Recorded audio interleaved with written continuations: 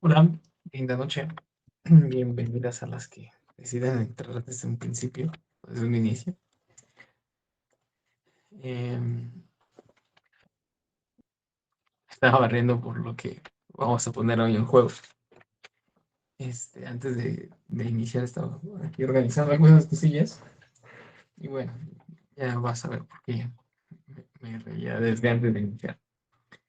Em, bueno, que ya el hecho de que logremos ponerle un toque tan divertido a lo que vamos a hacer, creo que es un gran logro porque estábamos hablando de cuestiones del campo, de la palabra, de Lacan. La verdad es que fue idea del mismo Lacan, lo de parte de lo que vamos a hacer hoy. Sí, gran suya, nada más que no fue este, exactamente así como lo hizo. Pero bueno, te decía que en este viaje que hemos hecho y que este, conforme pasa el tiempo, se van cada vez delimitando más quienes quieren continuar, ¿no? Este, es cada vez más imperioso o necesario seguir presionándonos para avanzar. ¿Por qué lo digo? Porque ya tiene rato que yo ya no acepto gente en las reuniones y por lo tanto el número pues ha ido disminuyendo poco a poco, porque si no ingresa gente y solo existe, o sea, si no existe la posibilidad de entrar, o si existe es muy, muy baja, y solo existe la posibilidad de salir, bueno, por ahí es obvio. La verdad es que sigue a una estrategia que estoy llevando.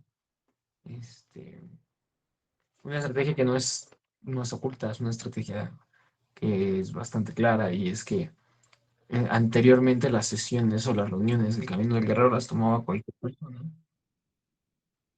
O sea, cualquier persona que tuviera en ese entonces 300 pesos, ¿no? Y quisiera tomar sus reuniones, las pagaba, se metía, no entendía nada y se salía. Así era como funcionaba desde entonces. Eh, y la verdad es que, pues bueno, lo veía difícil, no entendía, todo me salía como, no, está muy interesante, pero no entiendo. Y bueno, claro que era pues de esperarse, porque eh, es de las cosas más comunes para yo, aun cuando yo no entré, sí, yo siempre se los dije, claro, o sea, cuando yo me enfrenté por primera vez a la iniciación, fue con un tema que se me hizo complejísimo, que hasta la fecha es dificilísimo, que tiene que ver con el seminario 20 de Lacan, o sea, entiende, 20 años al menos tuvo que haber ocurrido en el transcurso en el que Lacan desarrollaba su teoría. Es, cuando yo llegué, digamos, si es que hubiese un momento, ¿no? Si pudiese un momento en el que se define mi llegada a la magia o la iniciación, que en realidad no es fácil de definir porque por ahí varias cosas se entretejen para llegar ahí, pero bueno, si yo pudiera y si yo defino un momento fue ese video con el que llegué, o sea, mi primera presentación fue un tema tan elevado para mí en ese entonces y en este entonces, o sea, sigue siendo uno de los temas tan complicados. No recuerdo exactamente cuánto. Es más, si quieres, te lo voy a compartir. Bueno, no ahorita, ahorita no lo voy a buscar para que te midas, ¿no? O sea, a lo mejor ahorita ya entiendes mucho más, ¿no? De lo que habías entendido en un principio.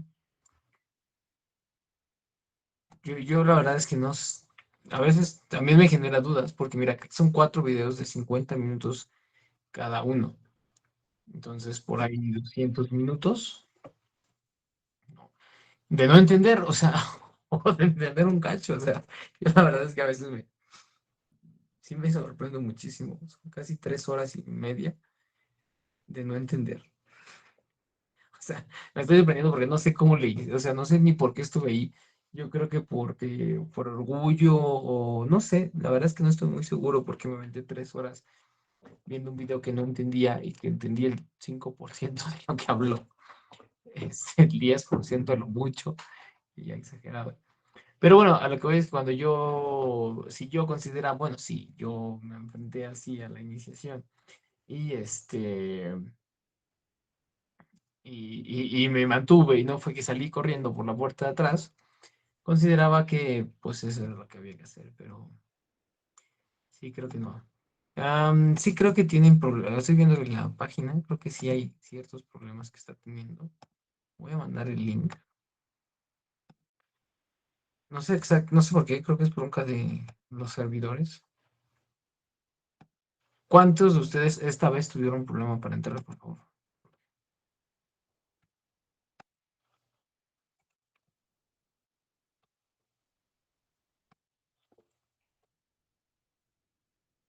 Sí, sí, yo también. No sé qué le pasa. O sea, porque en teoría, pues sí lograron entrar. Bueno, pero porque tuvo suerte, que es parte mucho de lo que vamos a platicar ahorita. Ujú. Y hay otro que no, pero sigue fallando todavía no sé qué pasa. Ya lo estuve checando antes de iniciar y bueno, te decía entonces que eh, pues en este mundo de yo me enfrenté de esa forma a este mundo y de pronto pienso que así la gente se tiene que enfrentar. En gran medida creo que sí es así. O sea, en gran medida creo que sí es así porque casi siempre funciona ese lado. ¿Te acuerdas? Te platiqué hace mucho tiempo de Nicolás Flamel. No sé si te acuerdas, te platiqué hace mucho tiempo de Flamel. Cuando hablamos de alquimia, de una persona que encontró un libro secreto, unos rollos, y que de pronto pues no los entendió, pero no se rindió, y luego fue y buscó y conoció a varios maestros que le ayudaron a descifrar esos libros secretos, esos pergaminos, esos rollos secretos, hasta que logró pues entrar al camino de la alquimia en ese lugar, pero es que de entrada no lo entendió, no le parecía lógico. Es más, déjalo lógico, no le parecía lógico porque definitivamente ni siquiera entendía lo que estaba escrito ahí, o sea, mucho menos le iba a parecer lógico.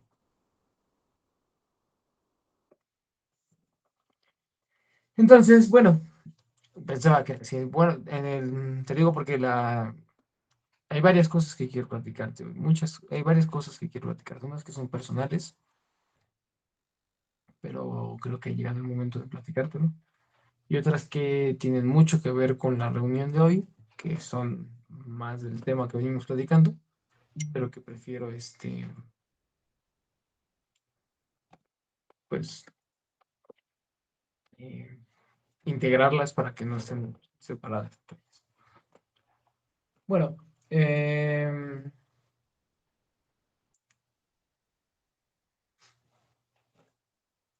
lo primero que quiero decirte, quiero poner en juego, es que ya se viene el entrenamiento en Acapulco. Bien. Y aunque no es obligatorio, de hecho por ahí me preguntaban en la mañana si lo voy a grabar. Sí lo voy a grabar. Me encantaría que vayas. Hay algunos que ya van a ir, ya tienes su lugar. Y como yo sé que una de las consideraciones principales es la parte económica, pues bueno, voy a considerarlo, ¿no? O sea, voy a tomarlo de forma que te sea lo más económicamente posible. Ir ahí, o sea, más económico que lo que fue, por ejemplo, en Acapulco. Y si quieres ir, o sea, si la verdad es que quieres ir, a mí me encantaría que fueras porque va a ser la primera vez que vamos a integrar un entrenamiento en sí con un seminario. Sí, o sea, no es como un seminario como los que has vivido, donde vamos y recorremos y conocemos otros lugares. Va a ser un entrenamiento, se va a tener tintes del entrenamiento del guerrero, tintes del entrenamiento del jaguar, pero lo más importante es que quiero ponerlo en contexto con el seminario que venimos recorriendo, Topilzin, Tezcatlipoca, el enfrentamiento que hubo entre ellos, ¿entiendes? ¿No? O sea, por ahí no me queda tan lejos, afortunadamente me queda bastante cerca el tema para ponerlo en términos de entrenamiento. Pero, mira, más bien creo que se parecería mucho más. No, creo que no hemos hecho algo así. No, no hemos hecho algo así. O sea, tú has vivido o has vivido un entrenamiento, o has vivido un seminario. No hemos hecho algo así hasta ahora y lo voy a hacer. La verdad es que me implica un reto grande. Considero que para mí es un reto grande porque una es ya tener establecido el entrenamiento y nada más hacerlo tal cual es. Y la otra es integrarlo con algo nuevo que venimos recorriendo, que es el cine. Entonces, bueno, lo que sí tienes que tener claro es que las grabaciones tienen posibilidad de salir mal, luego no se escucha bien y la verdad es que aunque hago todo en ese momento, hay cosas que importan más para mí en ese momento que la grabación quede perfecta. Entonces, bueno, siempre es esa posibilidad de que la grabación no quede bien. Ve, haz lo posible por ir a Acapulco desde este fin de semana al siguiente. Avísame, escríbeme si tienes un asunto económico, pues bueno, lo checamos, siempre y cuando tenga lugares, obviamente, ¿no? O sea, si no tengo lugares, pues no. O sea, la gran ventaja en este momento es que el lugar ya lo tengo pagado. Entonces, normalmente cuando no, pues hay que conseguirlo del lugar y cosas así. Obviamente se va a considerar tus posiciones, ¿no? Por ejemplo, hay gente que ya no ha vivido el entrenamiento, entonces es diferente el lugar. Muchos de ustedes ya lo vivieron, entonces, o sea, todo ese tipo de cosas los vamos a considerar. Si quieres ir, vamos, yo te recomiendo mucho que vayas. O sea, Acapulco es mejor ir a esos lugares, compartir, ir a la playa. Esta vez la casa promete, porque no la conozco físicamente, pero promete estar a 5 minutos caminando por un lado y del otro lado en la laguna. Em, y además, te soy sincero, además me gusta compartir tiempo contigo. No es lo mismo, no es lo mismo compartir tu camino, como te lo dije en la tumba, ¿te acuerdas? No es lo mismo, y como el bendito I Ching nos hizo el favor de dejarlo mucho más claro cuando hicimos el oráculo, ¿recuerdas? Dice que no es lo mismo compartir tu camino con gente que habla, digamos, no me acuerdo exactamente las palabras que ocupó el oráculo, lo siento, pero entiendes, con gente que comparte el mismo camino, el mismo lenguaje, bueno, no es lo mismo, aunque no por eso significa que hay que vivir solamente entre pura gente que se dedica a lo mismo. ¿Sí? Mucho del enriquecimiento viene también cuando compartes con gente que no está en el mismo mundo. Entonces, ven, próximo fin de semana de este al otro, estaremos en Acapulco. Los que quieran ir me avisan, lo que sí ya sabes, o sea, al menos checa bien qué onda con lo de tu transporte. Hay gente que va a ir de Puebla, de aquí, eso ya estoy seguro. Este, bueno, en fin, ¿no? Yo pues obviamente voy de Toluca, aunque también requiere, depende si va Vane y ellos. Listo, eso es lo que quiero. Yo la verdad deseo mucho, mucho que vayas. Si te lo repito una vez más, antes de pasarlo, de continuar, si por ahí algún asunto por ahí te está deteniendo, háblalo, dímelo siempre y cuando quieras ir. Si no quieres ir, mejor ya las encuentro, ¿no? Ese es nuestro seminario. Ahí va a estar nuestro seminario. Eso sí es algo que debes importarte, incumbirte y tener claro. Ahí va a estar lo relativo a nuestro seminario. Aunque ya estás adentro, ahí te acabo de enviar eso para la gente que de pronto tenga broncas. Aunque bueno, en teoría ya están todos adentro. No, no, de hecho falta 6 personas.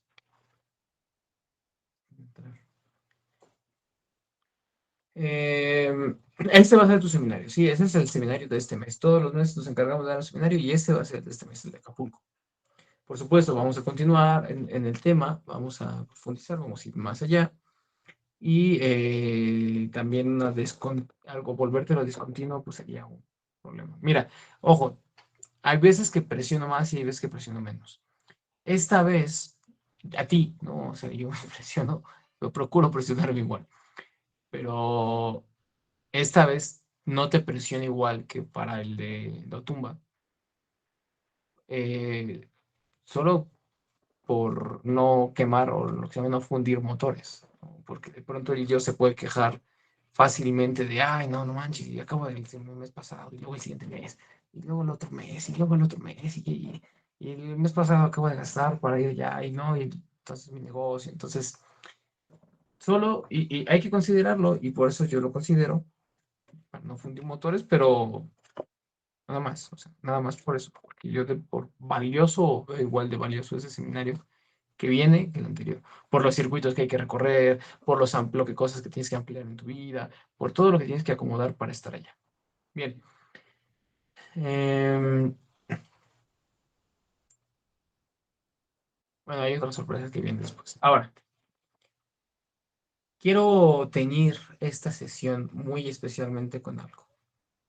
Lo que estoy considerando es si decírtelo en un inicio, decírtelo. Bueno, te lo voy a decir en un inicio. Ojalá me regales estos minutitos. Son varios, tienen que ver con tu sesión, pero te digo, quiero yo poner algo propio en esto. Para mí es algo muy valioso y deseo que pueda convertirlo también en valioso para ti. Para la gente que estemos en este momento. Hay una cuestión que yo he venido, pues, yo creo que sí, la palabra es postergando por mucho tiempo. Y es uno de mis sueños, uno de mis objetivos, una de mis metas que me puse desde hace muchísimo tiempo, ¿no? Y yo lo dudé en decir postergando porque de algún modo, o sea, creo que sí he ido avanzando en ese asunto, pero no lo he establecido de una manera formal o no lo he creado de un modo, sí, formal. Ahorita vas a entender a qué me refiero. Pero ya considero que es necesario, y esa es la diferencia, que mira, qué cosa tan bonita. Decir que un sueño es necesario es casi hasta parece raro, ¿no? Decir, no, es que mi objetivo en la vida es necesario, ¿no? Parece que un sueño es un sueño y no tiene por qué ser necesario. Lo necesario son algunas cosas, las necesidades de la vida, lo necesario es comer, lo necesario es, ya sabes, tener para una casa, un techo. Bueno, en este caso sí creo que lo necesario es mi sueño, cumplirlo, crearlo, hacerlo, ponerlo en marcha, porque va en, eslabonado, no sé si existe la palabra, pero la puedes entender, va eslabonado con otro sueño y por lo tanto, entonces se vuelve también necesario. A ver, mira, desde hace mucho tiempo, y que tiene mucho que ver con la razón por la cual estoy habitando esta casa, pero por supuesto, como yo me voy a dejarlo para después porque lo veo tan enorme, lo veo tan gigante, este, pues por ahí no me atrevo a decirlo, o si lo he dicho varias veces, sí lo he platicado, pero no sé, como de una forma muy velada. Sí lo he dicho y lo he platicado, pero no le he puesto fecha y ya sabes, cosas necesarias para el asunto de crearlo, de volverlo real, de real. Em, para quien ha compartido conmigo un entrenamiento, sobre todo un entrenamiento de los del llamado, o sea, de los transformacionales, para quien ha compartido un entrenamiento, por eso también considero importante el siguiente seminario, porque tiene que ver con entrenamiento. Pero para quien ha compartido conmigo un entrenamiento, sabe de la potencia que tuvo, y si tú me lo permites, yo te voy a compartir mucho de eso en esta reunión. La potencia que tuvo la vida de mi hermana en mi vida. Sí, este, no sé si sabes a qué me refiero, pero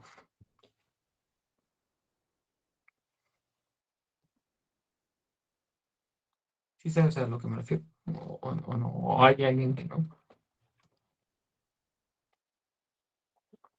Digo, sobre todo los que compartieron entrenamiento conmigo, pero si no, por eso pregunto, para ver qué tan claro está.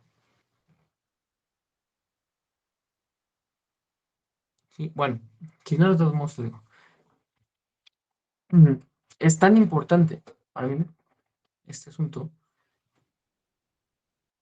y al mismo tiempo es de los enigmas más grandes en mi vida, más misteriosos. Son como de las cosas más raras con las que me he enfrentado. Hasta hace poco que tuve una muy bonita revelación que me permite, con lo que decidí dejar de estar postergando y hacer algo ya, moverme ya al respecto. Bueno, para quien sabe, mi hermana tuvo parálisis cerebral. Te prometo que tiene que continuar. Te procuro no tomarte mucho de tu tiempo. No quiero hacer esto como, no sé, la típica clase de la universidad, ¿no? Donde el maestro se pone a platicar de su vida y no pretendo que sea eso. Quiero llevarle un punto claro y que sea de utilidad para todos. Porque considero que es el centro de la magia, el centro de la iniciación, el corazón de esto.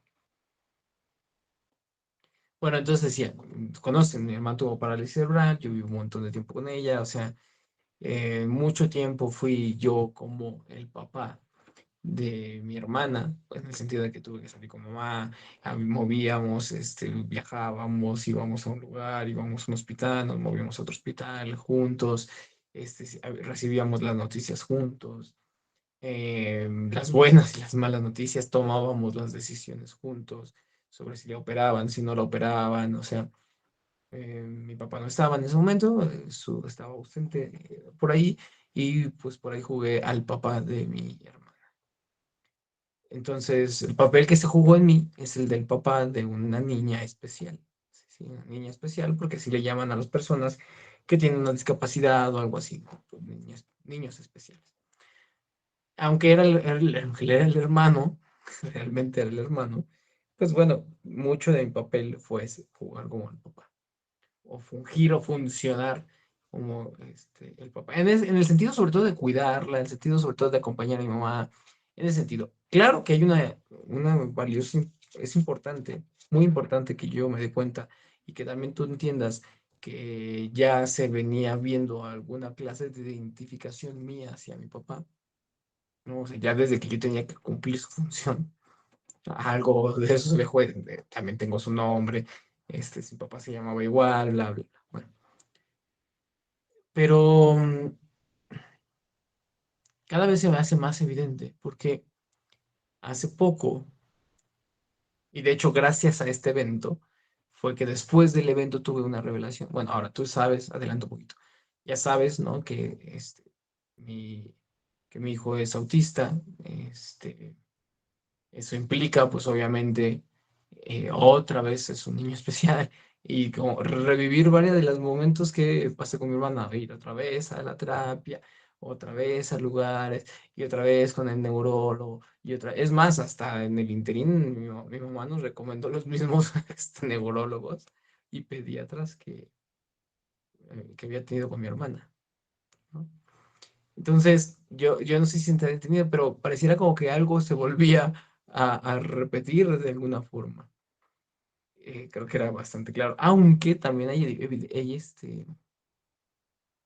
evidencia o hay diferencias bastante claras, ¿no? O sea, por ejemplo, con mi hermana yo me sentía en un estado de frustración tremendo, muy, muy grande, de impotencia muy grande, porque yo consideraba que ella no podía hacer algo al respecto, que ella no iba a hacer algo al respecto, no tenía nada que hacer, no hablaba, no caminaba, o sea, y nunca iba a hablar según los médicos, y nunca iba a caminar según la medicina, o sea, no tenía nada que hacer. Yo mucho tiempo conocí la iniciación, pero por supuesto cuando conocí la iniciación dije, no manches, y entonces que mi hermana jamás tuvo habilitada la magia, nunca, pues tú sabes la importancia de la palabra y esas cosas, y entonces como que, ¿qué? O sea, hay personas que que no tienen acceso a iniciación. De hecho, para quienes fuimos ahí, no sé si se acuerdan, cuando fuimos a Otumba y fuimos con la abuelita, eso no me acuerdo si te lo platiqué, creo que no te lo platiqué. Mientras ustedes estaban haciendo no sé qué cosa y la abuela estaba sentada, yo me acerqué con la abuela y nos sentamos los dos juntos y le pregunté unas cosas. Y le pregunté a la abuela que esto, o sea, le dije, le expresé mi sentir confuso sobre esta cuestión de mi hermana. Me dio una explicación que honestamente te digo, me gustó. Tal vez no sea que me guste. Y de hecho lo que sigue lo que después, la revelación que encontré después no me gustó mucho, pero es una revelación. Este, me gustó lo que ella me dijo al respecto de esto. Te lo comparto por estos momentos como especiales y porque esta reunión quiero tenerla mucho de eso. De, por eso también te estoy invitando a Acapulco, porque considero que esos momentos son lindos para compartir con otras personas, porque no es lo mismo que yo lance semillas en una tierra dura a una tierra fértil, o, o al menos más o menos fértil, ¿no? Dependiendo cada quien y cada, lo que se encargue cada uno de ustedes en arar esa tierra. Bueno, me dijo que yo les platiqué, le dije que algo que yo no entendía era la misión de mi hermana, que yo no entendía para qué venía para acá, que si ella no tenía posibilitado, que si ella se iba a curar, que si nunca se iba a curar. Y ella me dijo algo lindo que me hizo mucho sentido. Quizá porque era lo que yo quería escuchar, ¿no?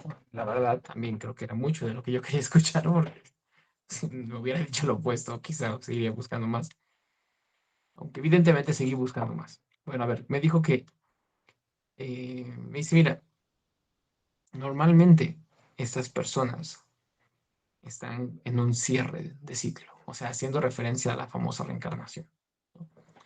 O que la gente reencarna, reencarna, reencarna, y dice, y normalmente esta es como su última etapa de estas personas, o sea, como la última reencarnación que tienen. Dice, vienen a cumplir una misión muy específica. Y entonces me dice, y por eso es que muchas veces estas personas viven poco tiempo, porque, digamos, les faltaba como un pedacito nada más, ¿no? Para completar lo que tenían que completar. Y una vez que lo completan, pues terminan su misión y se liberan, ¿no? O sea, ya no van a más, ya no reencarnan. Termina su ciclo, como los budistas de la rueda del samsara. Em, Me gustó lo que escuché, aunque seguía yo con ciertas dudas, porque yo decía, bueno, ¿cuál rayos es la misión de mi hermano? ¿No? O sea, esa era la misma duda que yo tenía, la misma pregunta, y seguía con la misma duda. Simplemente me gustó lo que me dijo, pero no me fue suficiente hasta hace muy poco.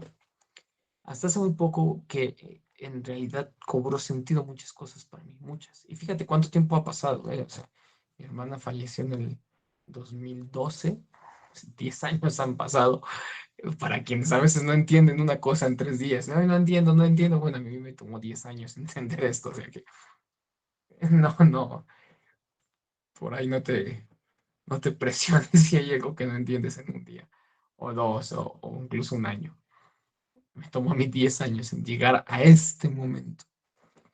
¿Cuál momento? Pues obviamente yo me he dado cuenta que con mi hijo pasaban cosas similares, y otra vez repetían, y otra vez la medicina diciendo lo que se puede, y otra vez la ciencia diciendo hasta dónde tiene que llegar, lo que no tiene que llegar, este, diciendo, marcando más o menos el destino de un niño con autismo, cómo van a ser, em, mi papel ante eso, ¿no? El papel que yo juego ante mi hijo, porque a diferencia de mi hermana, yo decía, mi hermana no puede hacer algo, pero mi hijo sí. O sea, mi hijo tiene la capacidad de, no solamente, y eso es muy valioso, por favor, ojalá que me lo entiendas y quede bastante claro, no solamente de ser funcional, porque mucho de lo que procura la psicología, mucho de lo que procura pues la medicina o mucho de lo que procura la ciencia en sí es volverte funcional. ¿Y qué es funcional? Ah, bueno, tiene que ver con función y con la palabra. O sea, mucho de lo que procura la medicina es que tú te la pases bien. De hecho, a los Asperger, a los niños con Asperger, que es como un autismo moderado, hay varias broncas alrededor de ese tema, pero bueno, más o menos así se considera un autismo moderado, le consideran autistas con alto nivel de funcionabilidad o de, que son útiles, o que son funcionales, en la sociedad, ¿no? Pero hasta ahí queda. Sí, y si yo pensaba, cuando yo pensaba, y aún pienso, te lo juro, pero cuando yo pensaba con mi hermana acerca de su condición, este, pensaba que había mucha gente, por ejemplo, tú lo supiste, ¿no? Había gente Beethoven, que perdió su oído y cuando perdió su oído, aún así siguió componiendo. Y no solo es que compuso, sino compuso de las mejores sinfonías. Imagínate una persona sorda componiendo música, bueno, ya lo tienes. No recuerdo bien si fue Beethoven o fue Mozart, creo que fue Beethoven, según yo, pero bueno, da igual. Eh, el famoso Michael Phelps, ¿no? También encontraron trastornos neurodivergentes en su mente. Elon Musk y un montón de gente que el típico caso de Einstein, lo pongo entre comillas porque no se está claro, ¿no? Si sí o no fue. O sea, había muchas pruebas, yo tenía muchas pruebas de que gente que había nacido diferente, en una condición de discapacidad incluso, o simplemente diferente, habían alcanzado no solamente, y escucha, eso es lo que quiero decir, no solamente lo funcional, o sea, no solamente el llevarse bien y tener una vida normal y estable, sino lo habían superado por creces, ¿sí? Habían ido mucho más allá. Eso es lo importante, y es muy importante todavía porque eh, con mi hijo existen tres posibilidades. Que no sea funcional en la sociedad, que solamente sea funcional en la sociedad, o que vaya más allá de lo humano, que es lo que yo desearía de corazón. Pero bueno, esa es otra historia. En fin, el asunto es que hay diferencias, como te decía, hay diferencias grandes entre con mi hermana y esto. Y la principal diferencia es la posición que yo tengo. No era la misma posición que yo tenía con mi hermana, donde todo mi mundo era la ciencia y por lo tanto lo que me decía la ciencia era rajatabla lo que tenía que ser. Si la ciencia decía tu hermana jamás va a caminar, entonces yo me creía que jamás iba a caminar y si la ciencia decía tu hermana jamás va a hablar, entonces yo me creía lo que decía la ciencia así tal cual, porque mi máximo era la ciencia. Yo era ingeniero en mecatrónica, estudiaba lo que pasaba por ahí, estaba apasionado, todavía me gusta mucho lo que tiene que ver con la ciencia, como se darán cuenta.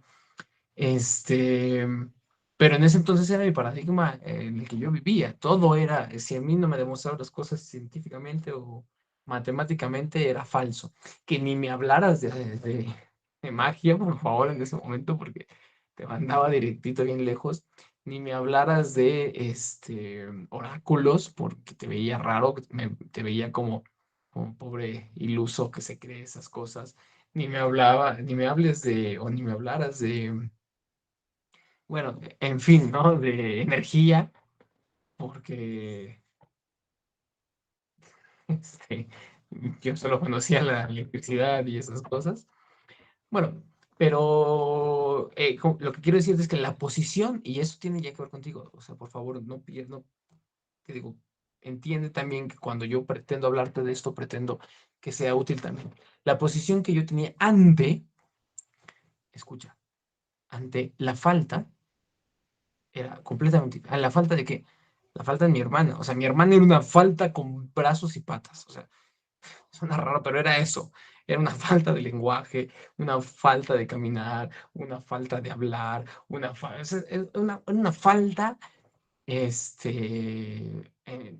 tremenda, ¿no? Y después no solo eso, se convirtió en una falta en lo real, mi hermana. Sí, o sea, murió y se convirtió en una falta completa. Entiendes que no cambió eso en ella. Primero le faltaba todo, le faltaba el hablar, le faltaba el lenguaje, le faltaba caminar, le faltaba inteligencia, le faltaba, o sea, todo lo que tú ves de un humano le faltaba. Y solamente tenía sus cuatro, es más, te iba a decir, tiene sus piernas y sus brazos, pero les faltaba ocuparlas, ¿no? O sea, poco a poco empezó a perder la vista, le faltaba la vista, ella casi no escuchaba, le faltaba el oído, o sea, era una falta gigante. No sé si puedo dejártelo más claro, pero creo que lo entiendes, ¿no? Como yo te digo, era una falta con brazos, piernas y una linda cara. Y eso era, mi hermano.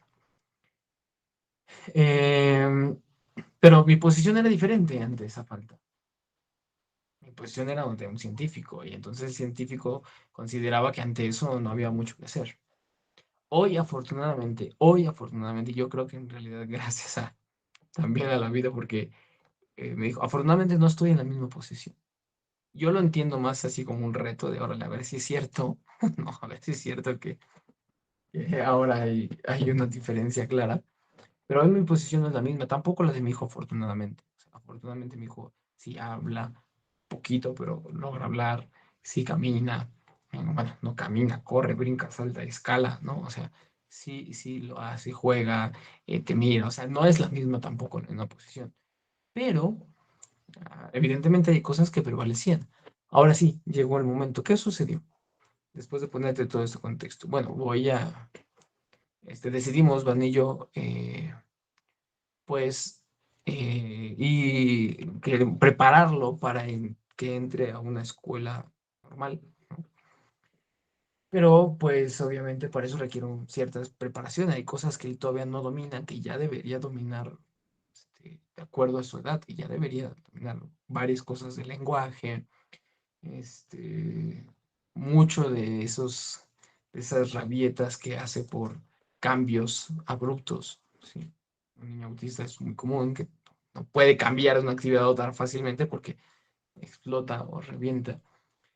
Eso no le va a ayudar en la escuela, y de hecho es muy probable que en una escuela con ese tipo de cosas pues no lo admitan. Entonces, pues Van y yo optamos por llevarlo a alguna escuela especial donde lo preparemos para que ya cuando le toque entrar a la escuela, pues ya entre con las habilidades necesarias.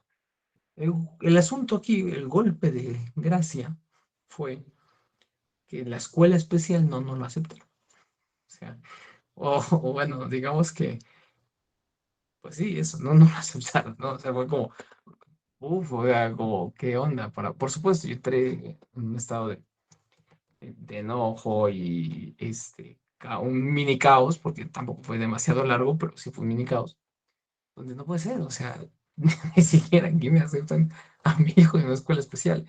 Ya no es lo que nos recomendaron, no fue tanto como un rechazo, no, nos recomendaron, pero sí lo fue.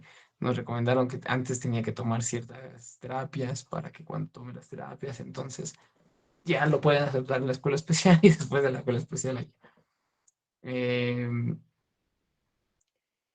O sea, sí fue lo suficientemente emotivo para mí, como para que tontamente estaba en caos y tuve por ahí un altercado con Vane, porque no pudimos ponernos de acuerdo, o sea, fue como confuso para los dos y ponernos de acuerdo en confusión en ambos, pues fue ya eso, afortunadamente, y ya lo hemos solucionado, pero el asunto es que ese día, ¿por qué te platico todo? Porque ese día, pues estaba así, conmovido, de hecho fue la semana pasada, el martes de la semana, no es cierto. Eh, bueno, fue la semana pasada, no me acuerdo qué día. Creo que fue el miércoles de la semana pasada. Em, Ese día, en la noche, pues decidí seguirme dirigiendo y profundizando hacia donde lo que yo he considerado y lo que yo he decidido que ha sido el paradigma que quiero en mi vida. Y pues obviamente es el de la magia, el de la iniciación, pero mucho más centrado en los mayas y los aztecas. Así que lo que hice pues fue lo que había que hacer y que ya había hecho antes, pero que casualmente no había sido el momento porque no había llegado a esto que llegué esa vez. ¿A qué llegué aquella vez? Bueno, ¿a qué llegué esta vez que no había llegado antes? Ya lo había escuchado seguramente, más o menos, pero no había llegado a este artículo en específico. Un artículo, no te lo voy a poner porque es un artículo, son varias letras, por ahí ni te interesa, más que lo que hay que rescatar de eso. Sí, eso creo que sí debería interesarte. Em, ¿A qué llegué? A esto de acá. No sé si sea el mejor video. Ojalá que sí, pero creo que sí. Mira, ahorita va. Te lo voy a compartir. Quizá hayas escuchado de esto, quizá no. Bueno, por si las dudas. Mucho se ha hablado de la belleza de la antigua ciudad de México, Tenochtitlan. Los cronistas e historiadores se han referido a ella como una maravilla del Nuevo Mundo. Sin embargo, poco se conoce de uno de los espacios preferidos por Moctezuma, la Totocalli. Se sabe que los aztecas valoraban a los animales como a una divinidad y a partir de sus imágenes construían la de espíritus de la naturaleza que regían el orden y el caos de la existencia de su pueblo. Si bien existen registros de zoológicos desde las épocas de las civilizaciones china y egipcia, estos sitios adquirieron su popularidad a partir de colecciones privadas de animales exóticos que poseían los reyes. Sin embargo, mucho antes de que todos estos existieran, estuvo el zoológico de Moctezuma. De acuerdo con los registros, este existió durante el posclásico mesoamericano, durante el gobierno del Huey Tlatoani, Moctezuma Xocoyotzin. Así que si quieres saber más sobre este tema, no te vayas, que aquí te contamos. Pero antes no te olvides de suscribirte al canal, activa la campanita para que YouTube te avise cada vez que subimos un nuevo video. Yo soy Cristian Yogues. Y yo soy Cecilia Arriola. Bienvenido a Histofilia. La observación de la naturaleza fue una práctica entrañable y muy valiosa para nuestros antiguos mexicanos. Tlatoani poseía, además de grandes y cuidados parques y un jardín botánico, una notable colección faunística. Estaba ubicado en el sudoeste del centro ceremonial, en el extremo opuesto al Templo Mayor, es decir, actualmente en donde se encuentra el Templo de San Francisco de Asís o Templo de Madero, entre Avenida Francisco y Madero y 16 de septiembre, Gante y el eje central de Lázaro Cárdenas. A pesar de la carencia de información con respecto a este zoológico prehispánico, su existencia se ha confirmado gracias a las crónicas de quienes lo vieron con sus propios ojos y a los hallazgos arqueológicos registrados en la zona. Según investigadores, el zoológico estaba muy bien organizado y pensado para lo que las especies pudieran necesitar. Tenía varias especies. El recinto de flora y fauna estaba tan bien organizado para albergar a grandes mamíferos carnívoros, tales como jaguares, pumas, linces, lobos, coyotes, zorros, osos, ocelotes, felinos medianos, pecaríes y bisones. Dato histofílico, la Casa de las Fieras también fungía como zoológico humano, donde viven personas clasificadas como rarezas humanas, tales como jorobados, albinos, enanos o gente con alguna deformación física. Según Clavijero, el... Esta es la parte que quería llegar acá. Así que lo voy a regresar un poquito. clasificadas como rarezas humanas. Fungía como zoológico humano, donde viven personas clasificadas como rarezas humanas, tales como jorobados, albinos, enanos o gente con alguna deformación física. Según Clavijero, el historiador, y el sacerdote jesuita, dijo que estos hombres y mujeres eran protegidos por Moctezuma, ya que vivían tranquilamente alejados de las burlas a las que pudieron haberse sometido en la ciudad. La colección de aves rapaces. Esto es todo lo que quiero que entiendan. Ya después del zoológico es otra cosa, pero lo que quiero lo que quería mostrarte es, seguramente, esas son de las cosas que sí te platican en primaria y cosas así, por eso lo hice rápido y además no quiero llevar mucho tiempo en eso. Pero quiero que entiendas que en estos zoológicos, y la verdad es que ese es un gran problema, o sea, el nombre que le da, evidentemente no se llamaban zoológicos, pero cuando le ponen zoológico es porque pues se entiende como lo que hoy se hace, ¿no? Pero eso es hay un gran problema, porque si yo te digo, bueno, había gente con discapacidad en los zoológicos, pues tú dices, qué cosa tan horrible, ¿no? O sea, tenerlos ahí exhibidos como animales, pasa, la verdad es que lo que a mí me pasó, o sea, es como, qué cosa tan rara, ¿no? O no, no rara, incluso directamente horrible. Tener a gente así parece algo horrible. Por supuesto, yo lo conocía, en algún momento había escuchado y también, evidentemente, no es que me creí de primeras que era así tal cual como me lo decían, ¿no? O sea, no tenía por qué ser así, no me lo creía. Simplemente, por mucho que investigué, no había llegado a la conclusión que llegué ese día.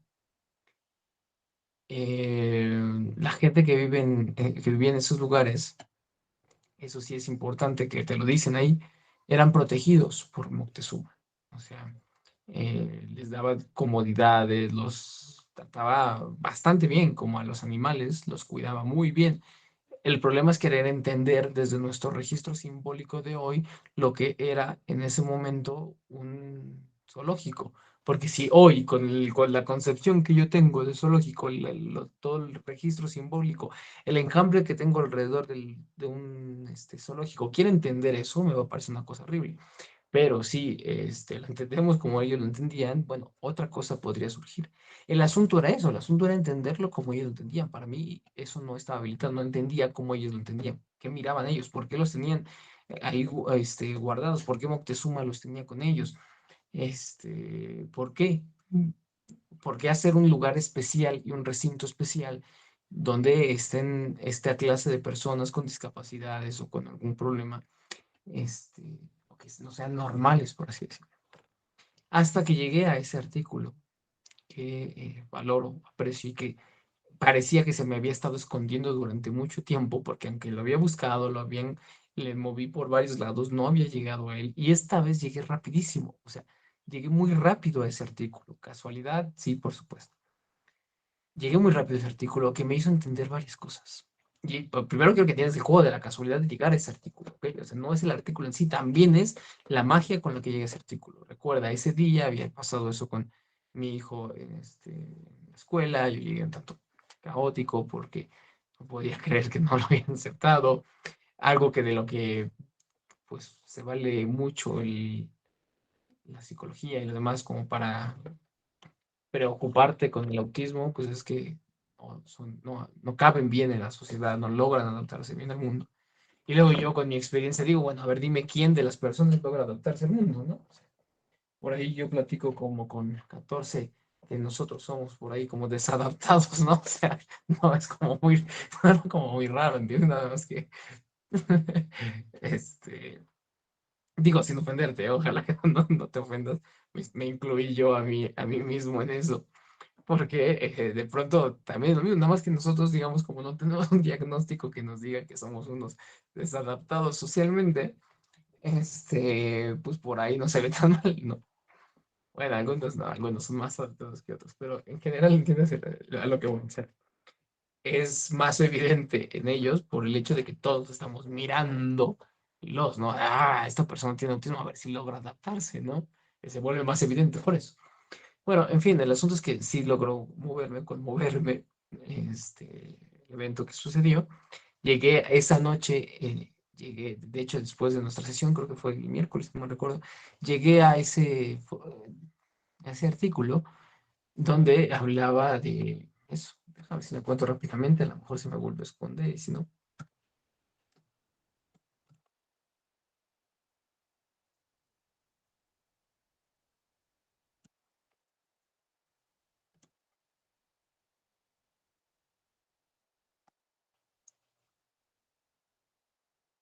pues creo que sí se me escondió otra vez. No sé. Bueno, yo recuerdo que lo guardé por ahí de estar.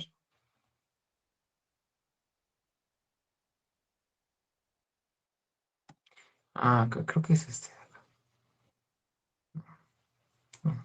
Pues no sé, pero eso mismo me pasó. O sea, que la primera vez busqué por todos lados. Y aquí está. Mira, aquí está, la encontré. Lo comparto rápidamente. No lo vamos a leer porque ya lo leí yo y te digo, por ahí a ti te interesa. Pero para que veas que existe, ¿no? El artículo que ha llegado. Pues bueno, varias paginitas que trae el artículo. Y habla en general de eso, o sea, habla no solamente de lo que es la discapacidad, sino también de la medicina. Y está bonito el artículo, la verdad está muy bonito porque te habla de algunas enfermedades y con qué la curaban ellos. O sea, la verdad lo considero lindo. Si quieres, al rato te lo envío. Em, bueno, en fin, el asunto es que ya después de leerlo había varias cosas que me quedaron claro. Varias cosas que ya sabía, pero evidentemente el saber no alcanza muchas veces. Varias cosas que aunque ya sabía estaban en desorden, ¿entiendes? Había un caos. Ya sabía, por ejemplo, que pues, el zoológico ya lo sabía. Ya sabía que a diferencia de, por ejemplo, lo que trataron de hacer los católicos, los dioses, dioses entre comillas, aztecas, mayas y de Anáhuac, no son perfectos. A Tezcatlipoca le falta un pie. Sí, o sea, pues cojo Tezcatlipoca. Eh, Xolotl también tiene las piernas y los brazos chuecos. Eh, Nanahuatzin es como el representante de la discapacidad, porque Nanahuatzin era un bulloso, o sea, tenía una enfermedad en la piel. Por ahí hay algunos dicen que era sexual, de transmisión sexual, no sé qué cosa. Pero bueno, los otros que tenían una enfermedad en la piel, le salían como bolas por todo el cuerpo. Nanahuatzin fue el creador del sol. gracias a Nanahuatzin, no sé si recuerdan Nanahuatzin, se lo platiqué en Acapulco justamente. Mira qué bonito se une todo. Qué lindo se escucha, porque hace un año, más o menos, yo les hablaba de Nanahuatzin en Acapulco, cuando Nanahuatzin entraba al inframundo, que era cuando el sol, veíamos en Acapulco cómo entraba el sol, ¿sí? En pie de la cuesta, que casualmente esta vez el entrenamiento también va a ser en pie de la cuesta, pero esa descendencia, ese descender de Nanahuatzin al inframundo, cuando él era, y al lado de él estaba el perfecto, ¿no? El bonito, el dios que nunca se atrevió a aventarse a la hoguera. Nanahuatzin fue entonces puesto como el mayor o gran honor, que es ser el sol, y Nanahuatzin, y el otro, no me acuerdo ni quién fue la luna.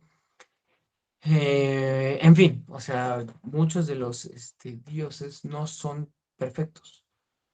Es más, ninguno es perfecto, ¿no? O sea, ni Quetzalcóatl, a Quetzalcóatl se le rompió el muy güey, pero con todo respeto, ¿no? Pero para hacerlo chistoso, el muy güey iba con los huesos ya feliz después de que salió de ellos y pum, que se cae en un hoyo, se le rompen los huesos y se pone a chillar, ¿no? Porque es maldición, se me rompieron los huesos después de haber peleado en el inframundo. O sea, hay una cuestión evidente y es que la falta ocupa un lugar importante para esta gente.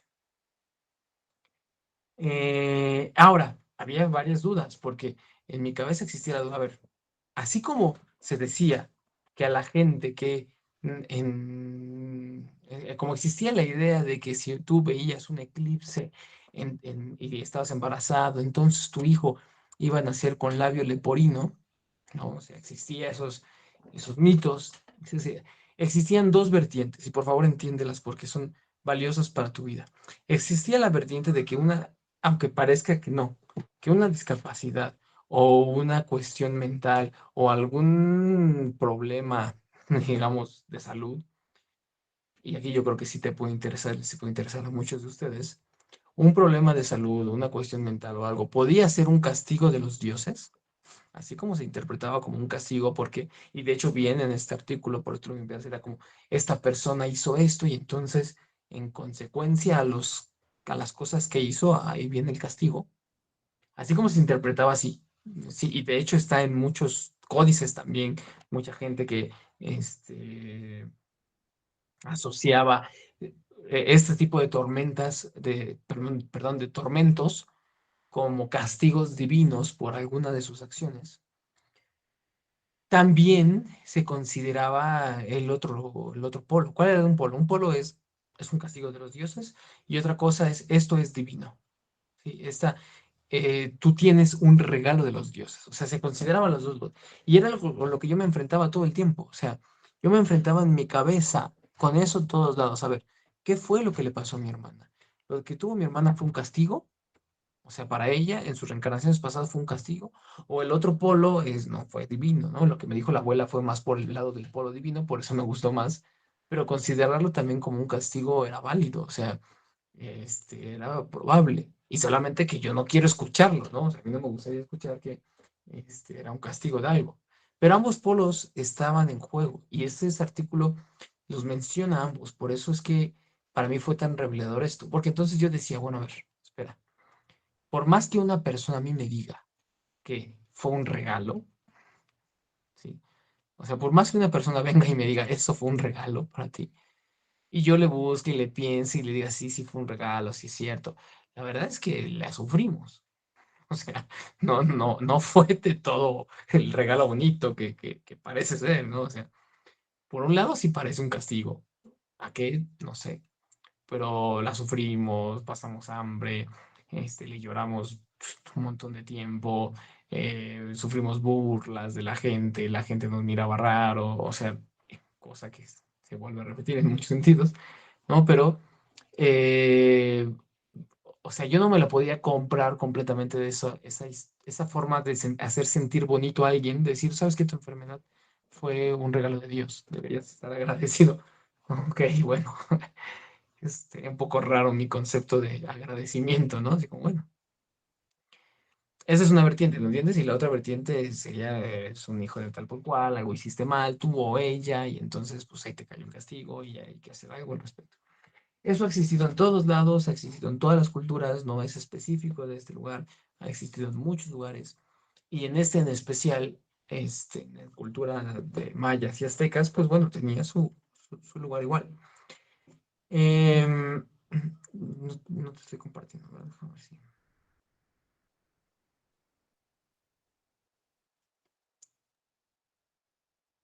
Mira, eso es lo que te decía aquí, pero esa era la palabra, esa era para mí la palabra clave.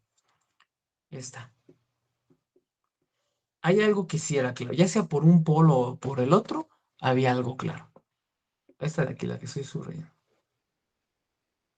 Había algo claro, ya sea si era un castigo o no era un castigo, o sea, o era una bendición. El asunto es que lo que era indiscutible era que era una distinción, o sea, que era diferente al resto de las cosas. Ya al menos yo poco a poquito ya empezaba a mirar lo idéntico en lo diferente. Si bien no me quedaba claro aún, sí que tenía que, pero ya miraba lo idéntico en lo diferente, sí.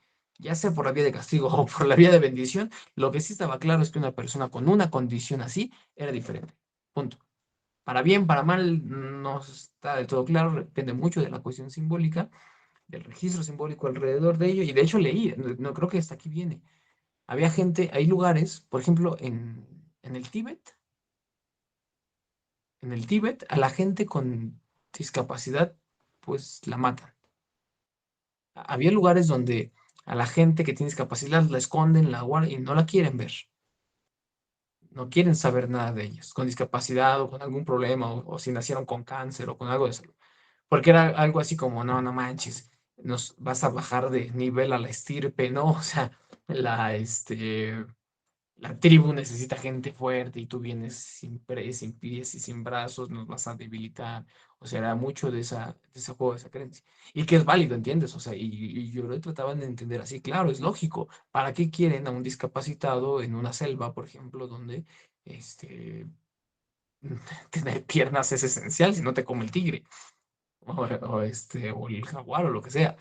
Pues era obvio que eso parecía un castigo para la familia y para esa persona. Por cierto, por ahí por ahí está bonito, te la recomiendo también, porque esta es la verdad, yo estoy viendo esta serie, te la recomiendo, vaya, apúntala.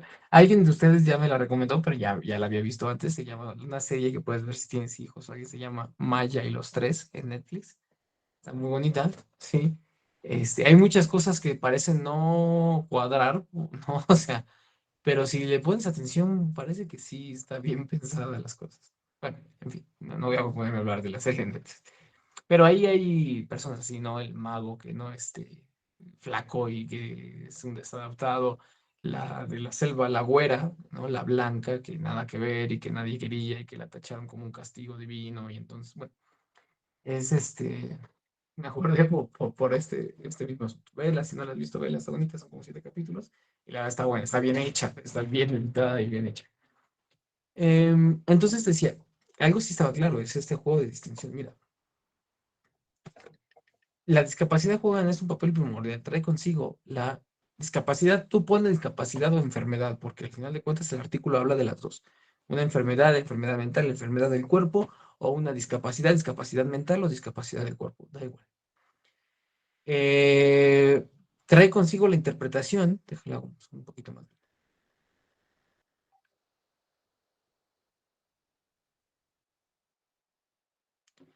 Trae consigo la interpretación de que los individuos que la presentaban, ¿ves? Este es uno de los polos, eran favorecidos por los dioses. Este es uno de los polos que te estaba diciendo. Era como, tuviste un gran regalo porque los dioses te dieron esa discapacidad. Existía, existe, siempre ha existido y por supuesto que en ese lugar también existía esa posibilidad. Para cumplir alguna misión especial en esta vida. Estaba escuchando yo a la abuela Patty diciéndome eso, ¿no? Esa era la abuela Patty. Te explico, la abuela Patty fue mucho antes de yo leer este artículo, pero yo le parecía que la estaba escuchando, ¿no? En ese momento.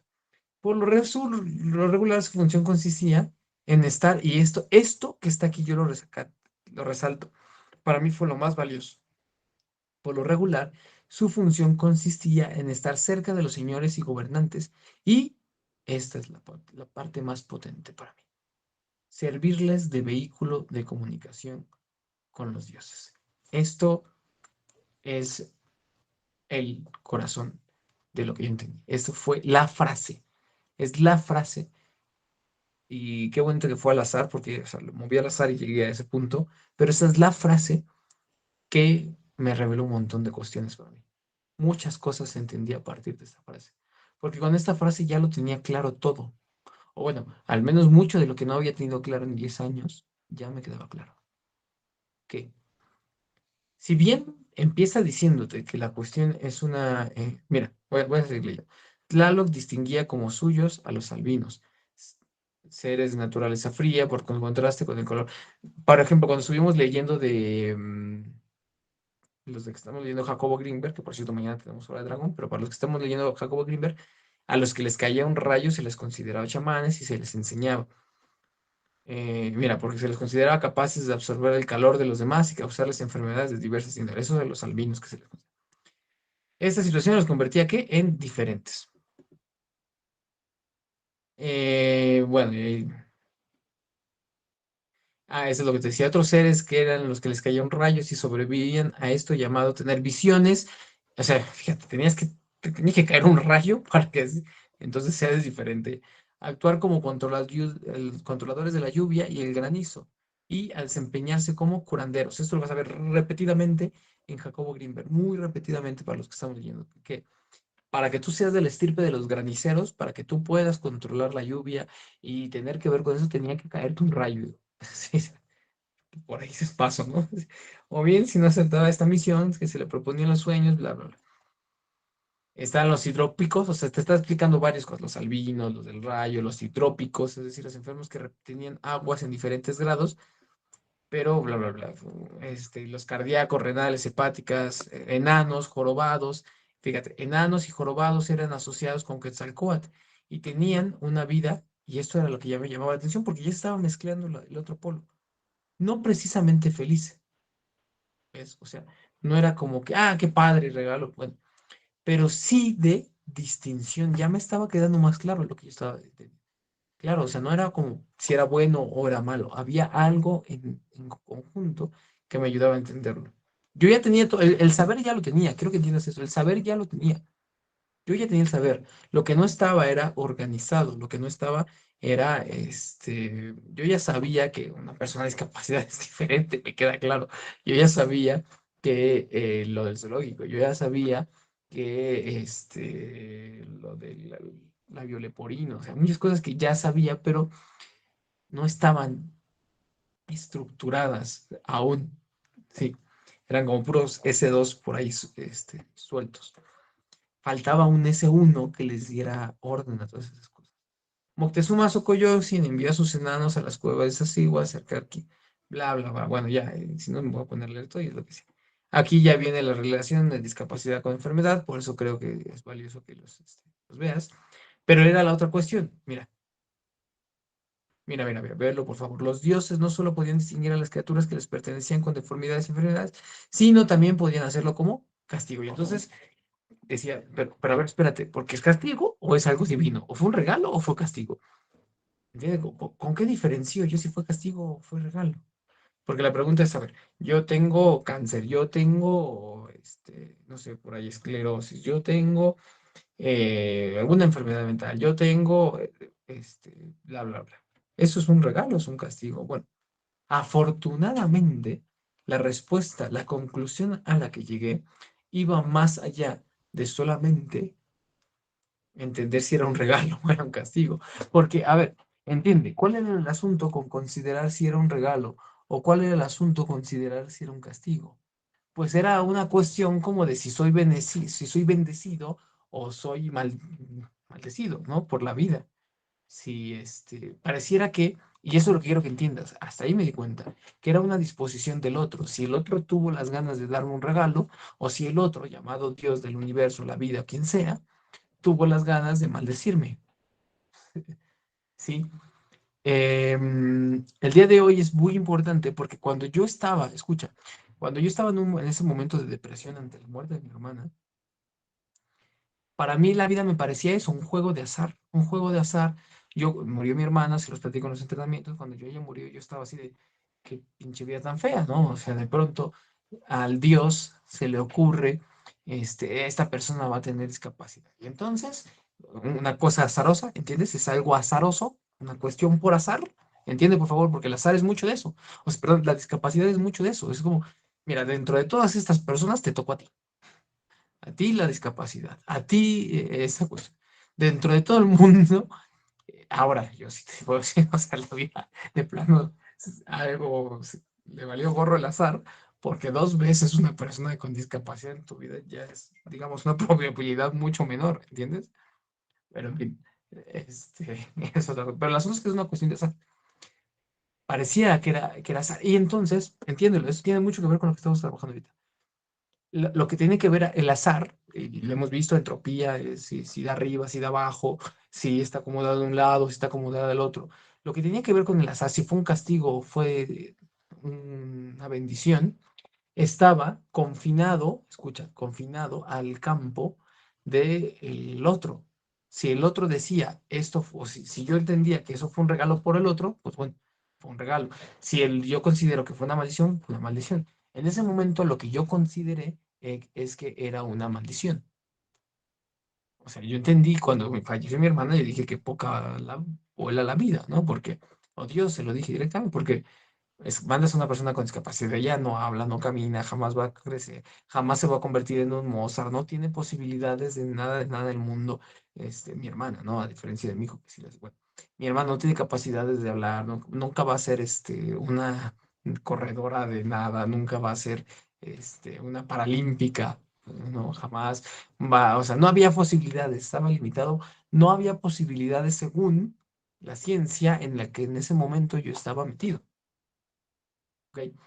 Entonces, por supuesto que yo lo resignificaba o lo consideraba como un castigo, porque para la ciencia eso parece más un castigo, ¿estás de acuerdo? Si a la ciencia le dices esto es cáncer, tu hijo nació con cáncer, la ciencia no te va a decir, ay, qué bonito regalo que te dio la vida.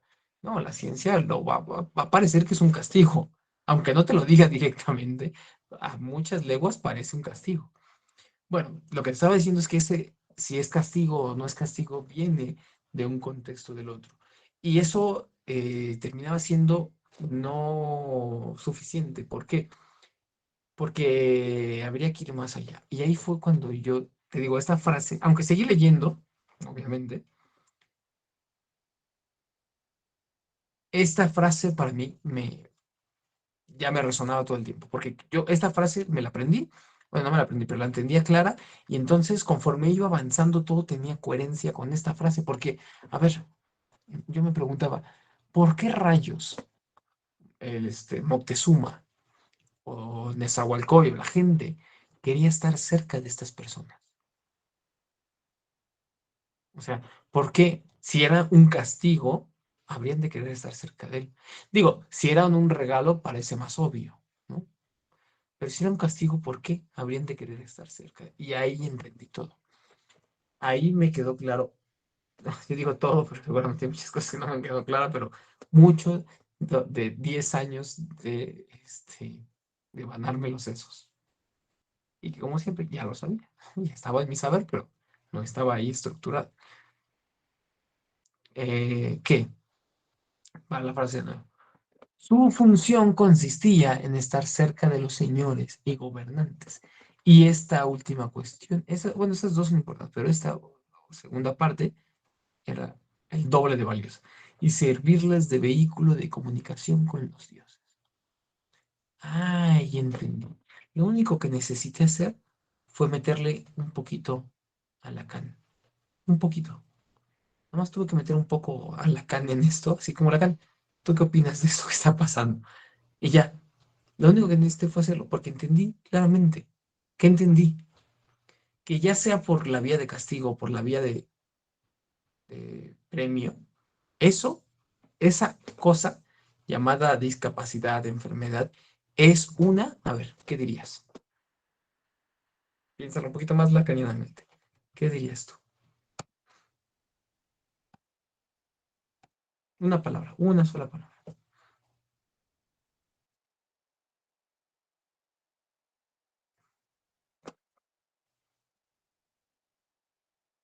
Creo que no se te ocurre. Bueno, Lo que te dije hace ratito, por eso lo dije con, así, un poquito, tratando de hacerlo un poco exagerado. Ahí está. Es una falta. Y me quedó claro, claro, la falta como vehículo con los dioses. Y entendí todo. Y entendí todo. O sea, mucho de lo que yo tenía duda en ese momento. Claro. Porque, ¿de qué se trata la discapacidad? Y entendí, y me sentí también que parte de la decisión que te quiero platicar tiene que ver con eso. Ah, porque no se trata de la falta en sí. Se trata de tú, ¿de quién? Del emperador, del que quiere tener a la falta junto a él, para comunicarse con qué? Con los dioses. Claro, se trata de tu posición ante la falta. Se trata de quién eres tú ante esa falta.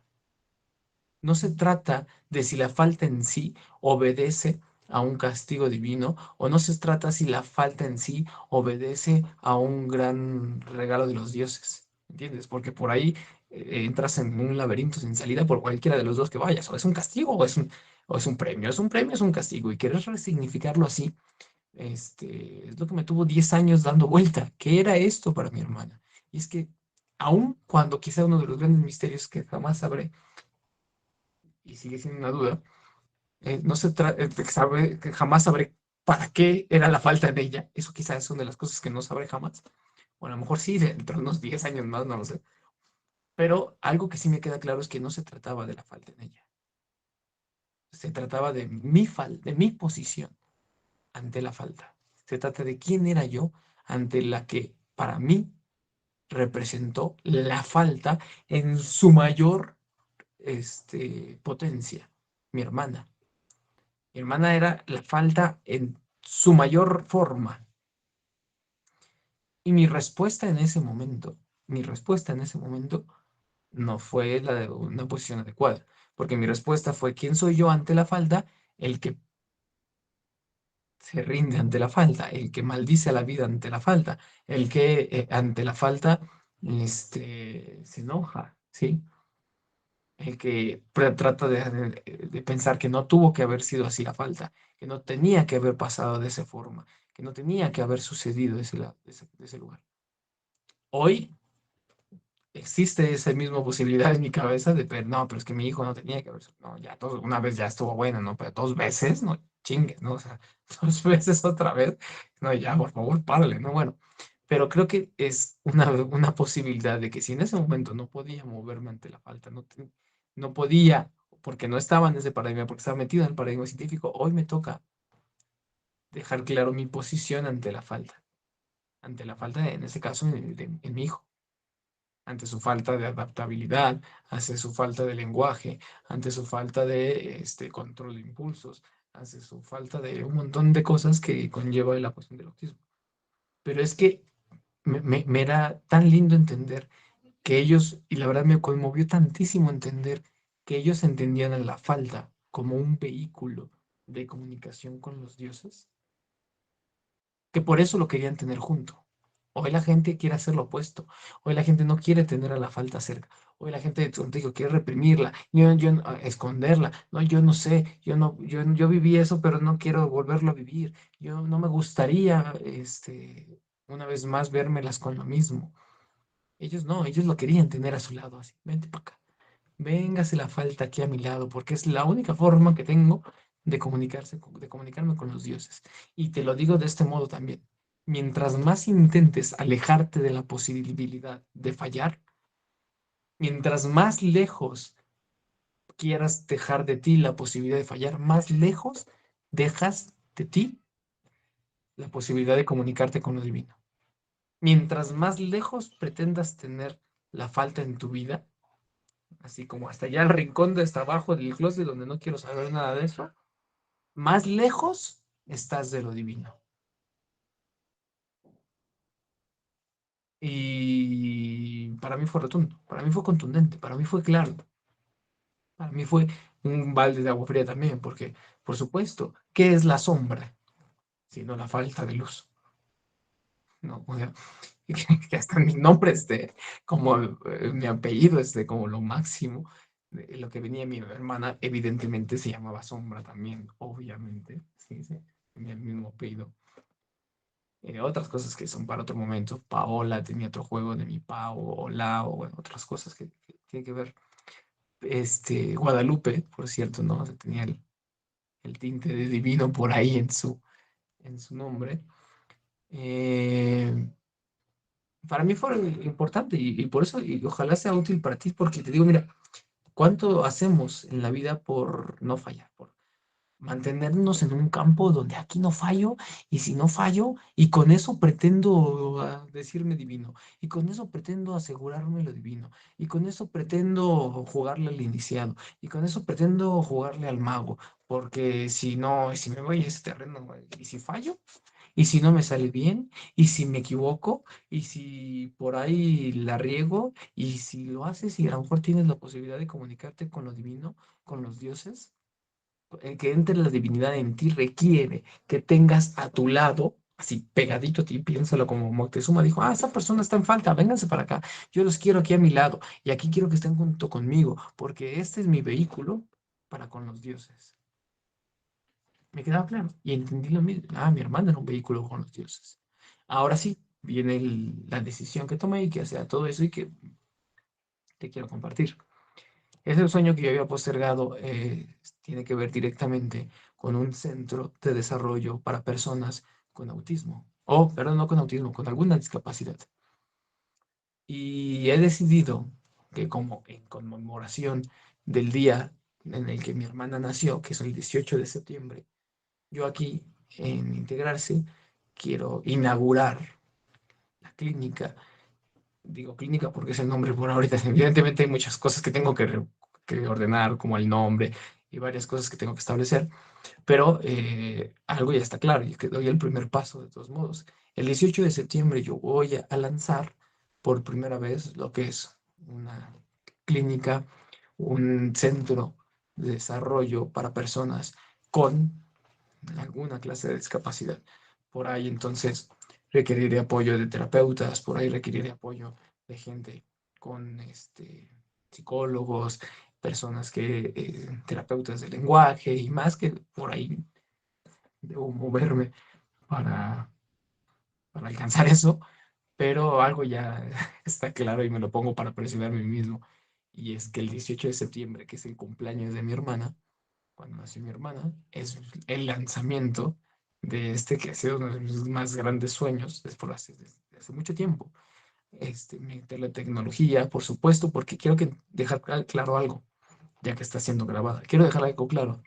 Quiero usar la ciencia aquí mucho, quiero usar mucho la ciencia, quiero usar mucho la tecnología, pero algo sí quiero, y me lo digo a mí mismo en esta grabación y a ustedes se los comparto, dejar bastante claro, y es que la ciencia no va a funcionar como límite en este lugar, porque el objetivo de la clínica, por así decirle por ahora, el de este centro, no es volver funcionable a la gente, es llevarlos más allá de solamente lo funcional, que eso es lo que normalmente hace una clínica. Con que ya hable tu hijo y con que sea funcional, pues ya te lo doy de alta. Pero ese no va a ser mi trabajo. Mi trabajo es uno, que la ciencia no nos venga a decir qué se puede y qué no se puede con tu hijo, que los médicos no me vengan a decir qué es lo que está limitado con tu hijo y qué es lo que va a hacer tu hijo y lo que no va a hacer, o valernos de la ciencia, por cierto, valernos de la tecnología. Quiero meter cuestiones de realidad virtual, quiero meterle cuestiones de realidad aumentada, quiero hacer una sala donde haya varias cosas que tecnológicamente puedan funcionar. Conforme pase el tiempo, me gustaría después comprar robots y cosas así que ayuden a los niños, pero sin que la ciencia sea un límite, o logrando que la ciencia no marque el límite de hasta dónde se supone que va a llegar las personas. Quiero compartirte esto porque también pretendo, pues, el día de la inauguración, que en la medida de lo posible ustedes puedan estar acá compartiendo. Por ahí hay gente que yo sé que les gustaría aportar, y si tú quieres aportar o conoces a alguien que pueda aportar como psicólogo, como, bueno, que hay terapeutas, ¿no? Entonces me queda claro que puede hacerlo. Este, mm, por ahí a lo mejor incluso hasta el proyecto de Mía, que ya tenía, porque ya no hace sesiones, entonces ya ni sé, ¿no? Pero el proyecto que ella tenía, pues por ahí puede tener también cabida de alguna forma. No sé, pero si tú conoces a alguien o simplemente quieres apoyar con tu presencia ese día, yo te lo agradeceré demasiado. Es el inicio de esto, me falta un montón de cosas, debo crear una frase de dragón, la estrategia y ya sabes, todo lo que está alrededor. Está ahorita en el uno, en el caótico, la cuestión de solamente como una idea, pero ya hay más que eso, porque al menos ya lo puse en palabras, se lo dejé aquí claro en este lugar, y eso es lo que ordena. ¿Sí? Eso ordena un, pero un montón. Em,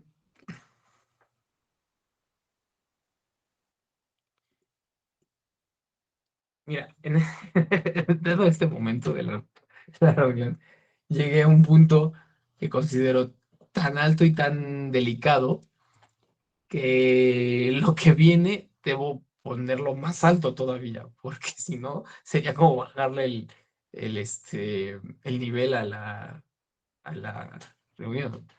Me lo voy a jugar porque quiero que entiendas el hilo conductor de todo eso y que tiene que ver con lo que hemos estado recorriendo. Pero bueno, antes de hacer ya, aprovechando este espacio que ya hice, no sé si alguien tiene una pregunta, algún comentario o algo que quieras poner en juego, en lo que yo te comparto lo que quiero compartirte, dejarte de compartir esto. Ya te enviaré el artículo en un ratito si quieres. Terminaremos el envío para que lo cheques.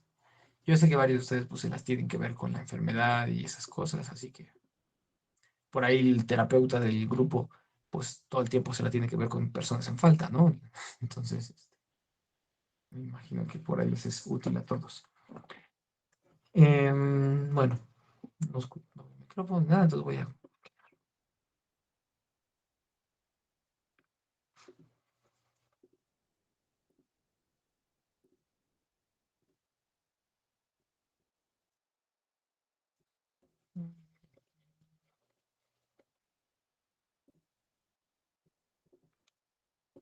Bueno, acá está. Ya lo listo, mira.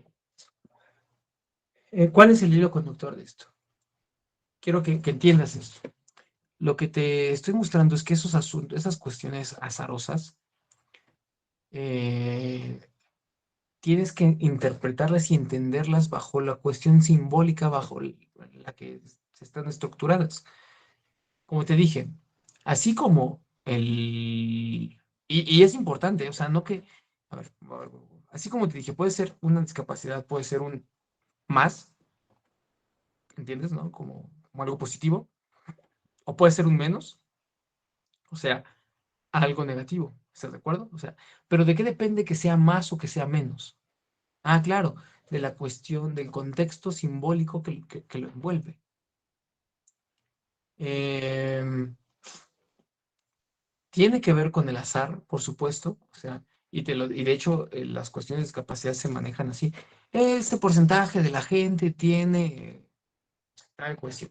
Un bajo porcentaje de la gente tiene cierta discapacidad. Bueno, se maneja así en términos de azar. Y de hecho, fíjate, por ahí la discapacidad de mi hermana era muy evidente. Ella cuando nació no tuvo oxígeno suficiente, le atoró el cordón y entonces eso le provocó se llama hipoxia, si no recuerdo mal, pero es ese momento en el que su mente, su cerebro le falta oxígeno y entonces se daña y empieza a sufrir crisis convulsivas y o sea, mucho tiempo de hecho toda su vida fue epiléptica mi hermana, tuvo crisis convulsivas desde muy fuertes hasta espasmos pero bueno, o sea, a lo que voy es que obedece a una serie de eventos, por ejemplo.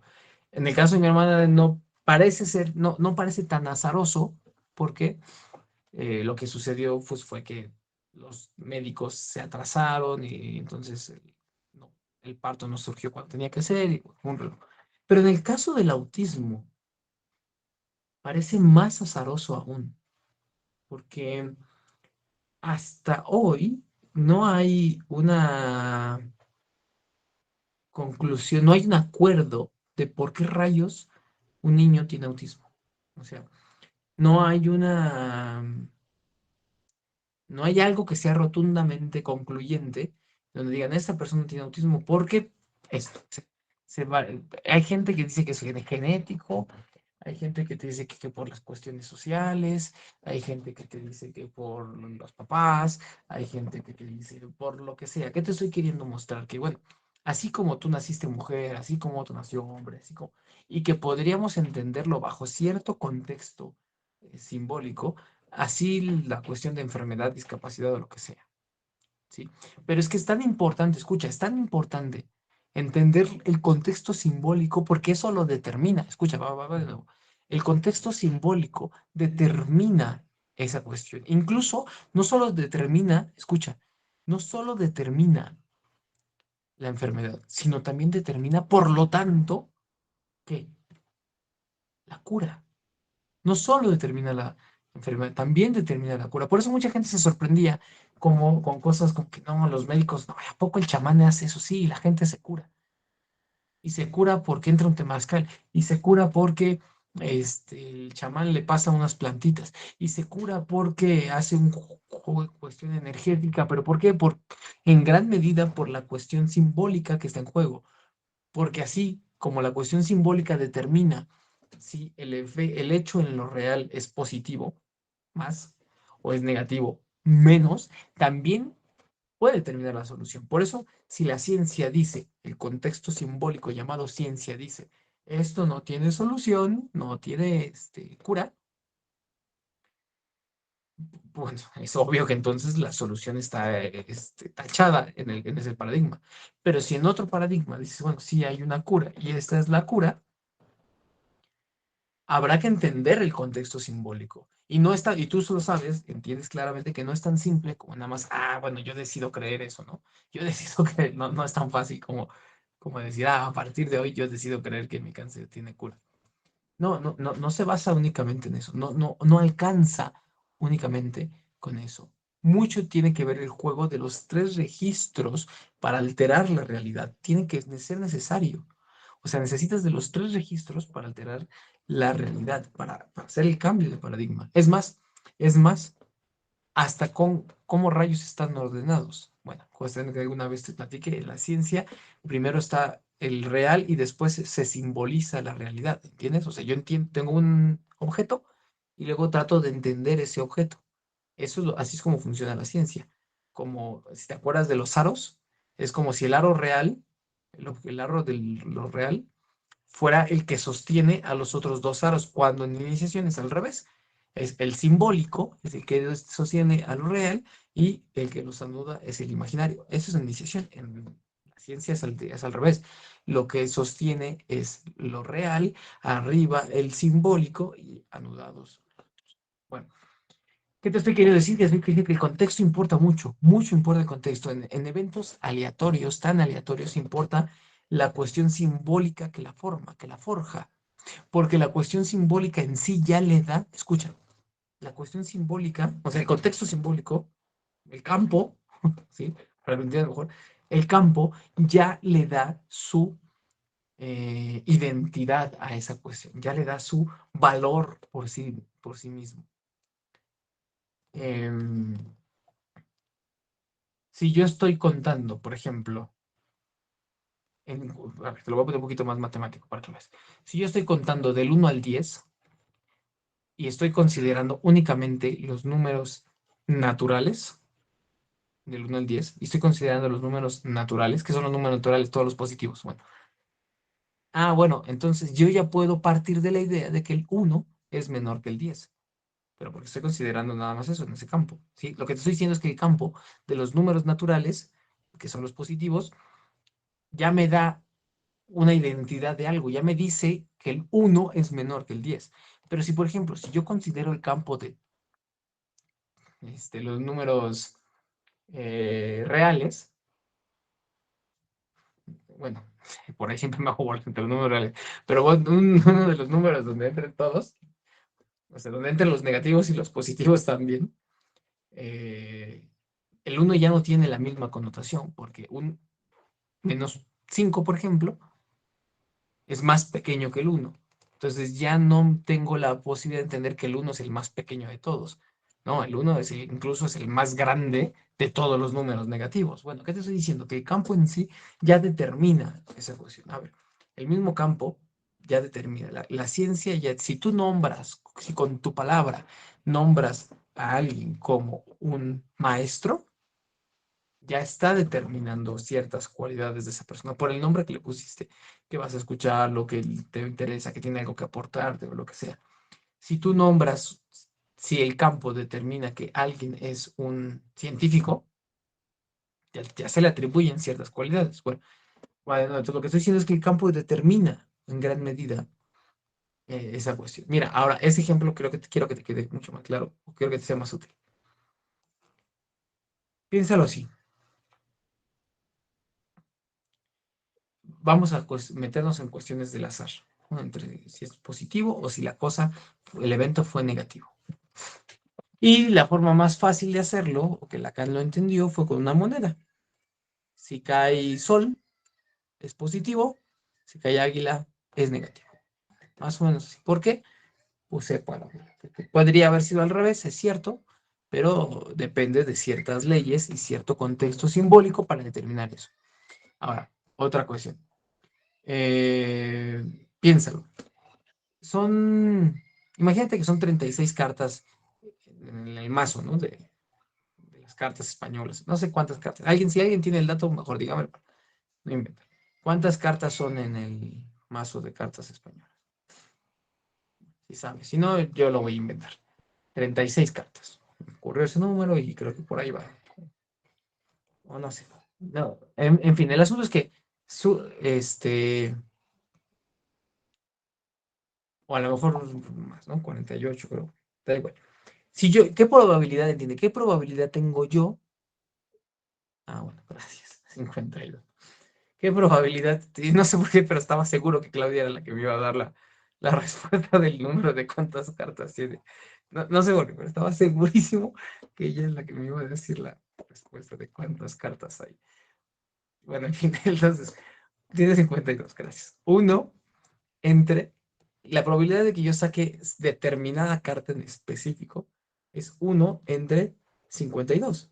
¿Estás de acuerdo? O sea, una probabilidad entre 52 cartas. Y entonces, 1 entre 52 es la fabulosa cantidad de 1 entre 52.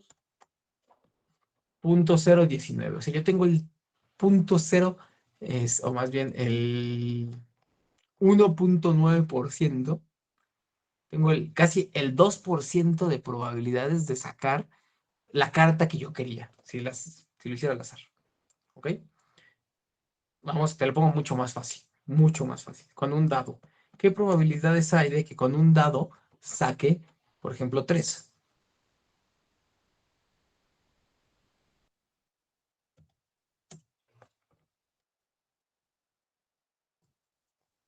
No, no es uno.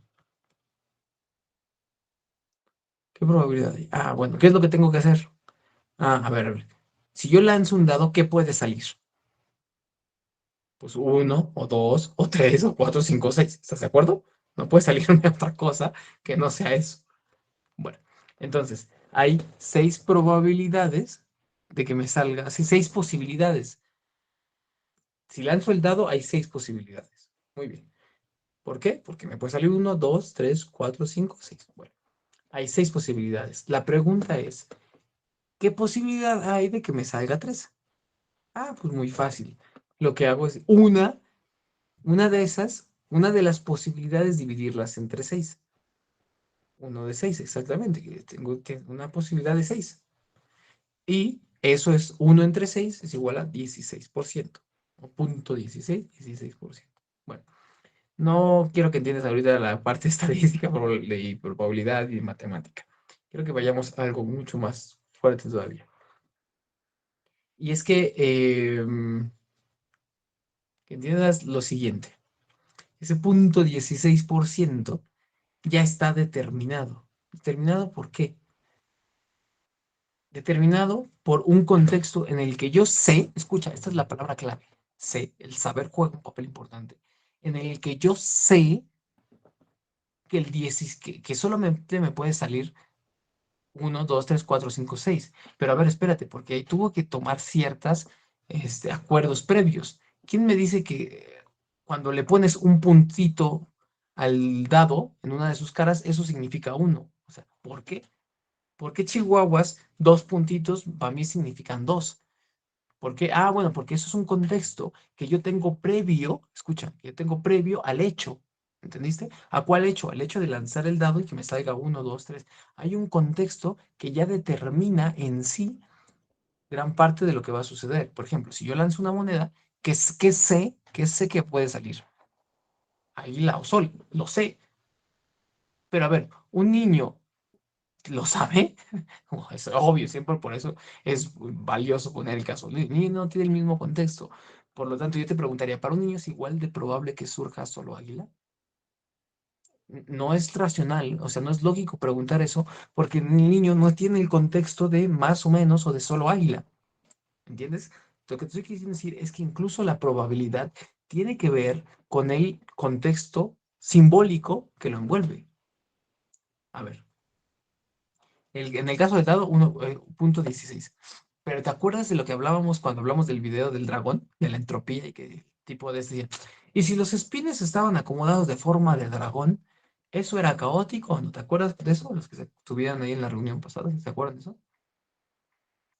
Bueno, ¿de qué dependía? Ah, pues de un contexto simbólico, que una persona supiera qué rayos es un dragón, y si sabe que es un dragón, entonces puede mirar un dragón en la forma del video. Si no estuviste en la reunión pasada, te lo perdiste, obviamente, ¿no? Y eso va pasando. Si estuviste y te acuerdas, pues eso es de lo que hablábamos. Un dragón estaba ahí. Ahora, lo mismo pasa con cuando Lacan va hacia uno de estos personajes, y te lo voy a presentar ahorita. Este video, creo que vale mucho verlo completo, pero por no tengo mucho tiempo. Ya no sé, mira, hablan de mi buen amigo Newton, el alquimista, o sea que recomiendo verlo completo. Ah, acá está. A ver, déjame, te lo comparto porque ahí está, ahí no lo vas a ver. ¿Listo? No se escucha por alguna extraña razón que no sé cuál es.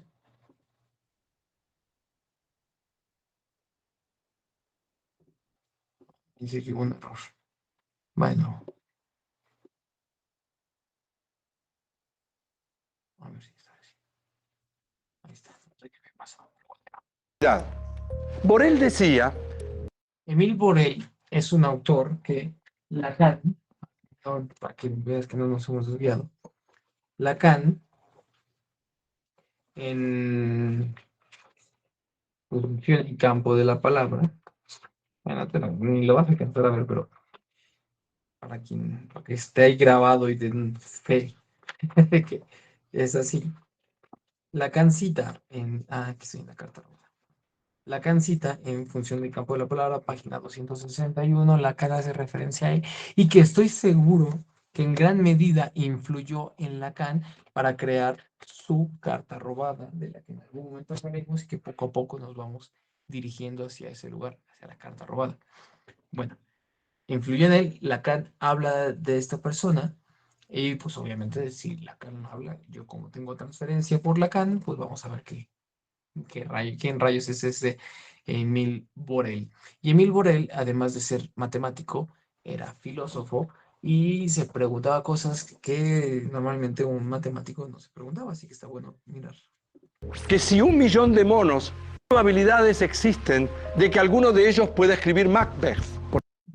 Pero estaba lejos de compartir sus probabilidades y también es conocida una predijo, lo cual, como dije, efectividad de sus cálculos matemáticos.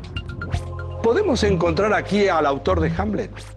¿Qué probabilidades existen de que alguno de ellos pueda escribir Macbeth, por ejemplo? Sí, aunque suene increíble, ¿podría encontrarse en este grupo un alma gemela de Shakespeare? El grupo de monos está hablando, en un grupo de simios. primero que unió la probabilidad con monos y con literatura fue el matemático francés Émile Borel, en el año 1913, en su libro Mecánica Estadística e Irreversibilidad. Borel decía que si 1.000.000 de monos escribieran a máquina, o sea, mecanografiaran 10 horas al día, era extremadamente improbable que pudiesen producir algún texto coherente. Su objetivo era mostrar la magnitud de un acontecimiento extraordinariamente improbable. Años después, y de manera totalmente opuesta, comenzó a circular de manera popular el teorema de los infinitos monos, que afirma que un mono, pulsando teclas al azar sobre un teclado durante un periodo de tiempo infinito, podrá escribir, por ejemplo, las obras completas de Shakespeare. Estos resultados, en apariencia contradictorios, no hacen más que confirmar que con el tiempo suficiente, todas las combinaciones posibles de letras y símbolos van a aparecer alguna vez. Porque, en definitiva, si miramos solo las palabras que componen el texto de Hamlet, no son más que una forma más de combinar letras y símbolos. Era algo que decía el mismo tipo del video, ¿te acuerdas? Dice, esta configuración del dragón no es más que una forma más, pues, en la que se pueden acomodar las espines, ¿no? O sea, podrían estar así, y es una forma más simplemente de acomodarlos. Igual, el libro de Hamlet, el libro de las personas que ustedes escriben, es una forma más de acomodar letras. O sea, si yo agarro y pongo letras al azar, es muy baja la probabilidad de que surja el escrito de Hamlet o que surja el Cervantes o surja algún libro que tú conoces, muy poco, pero en realidad podría ser porque es una forma al azar, azarosa de que se acomoden las letras. Que después de que de la E venga la N y después de la N venga la R y después de la R venga la I, luego la Q, luego la U y luego la E. Y entonces, ¿qué dice Enrique? ¿Qué dice Enrique? Bueno, entonces eso es muy azaroso, ¿entiendes? No es un juego, o sea, puede ser muy azaroso, o sea, si yo piénsalo, si yo junto las letras es mucho más fácil, pero si yo agarro y muevo las letras del abecedario en algún punto puedo armar la letra Enrique al azar. No, o sea, si ocupo varias letras o sea, puedo armar una letra y fue completamente al azar. Eso es lo que te está queriendo decir. Bueno, lo que yo te estoy queriendo decir es que los eventos en la vida son azarosos. En gran medida son azarosos, pero mucho tiene que ver el contexto, etcétera. Si una persona que para empezar ni siquiera sabe leer, agarra, y por ejemplo, mi hijo aún no sabe leer, ve las letras, para él están puestas en una forma aleatoria, aunque esté leyendo el Quijote de la Mancha, ¿sí? Aunque esté leyendo el libro de su papá, que no ha hecho todavía, pero aunque lo esté leyendo, ¿no? Para él simplemente son letras acomodadas en una forma aleatoria. Pero ¿qué es lo que le lleva a qué lo lleva a que ese azar, que esas letras azarosas, puestas azarosamente para él, qué es lo que lo lleva a darle un sentido? ¿Qué es lo que le lleva a darle un sentido? Ah, pues todo el conjunto simbólico alrededor de ese lugar. ¿Entiendes? Eso es lo que le lleva a darle un sentido a esa lectura, a que la palabra signifique tal cosa y la siguiente, pero ese sentido está determinado por leyes, ¿entiendes lo que estoy diciendo? Está determinado por ciertas leyes. ¿Cuáles leyes? Ah, pues las leyes gramaticales, leyes de que su papá, por la razón por la cual escribió eso, por lo que Quijote le llamó en un lugar de la Mancha en cuyo nombre no quiero acordarme, es como dice el Quijote, que haya estado así está sujeto a ciertas leyes, que es Mancha, Mancha, algo que pinta, o Mancha, un lugar en España que así se le llamaba, que era un Quijote, ¿por qué no quiere acordarse? O sea, todo ese contexto simbólico que le da sentido a algunas cuestiones.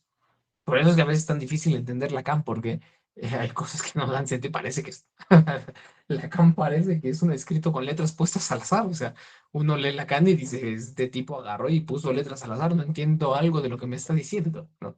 Bueno, más o menos es la misma cuestión, porque el contexto simbólico es tremendamente valioso. Así como el contexto simbólico es valioso para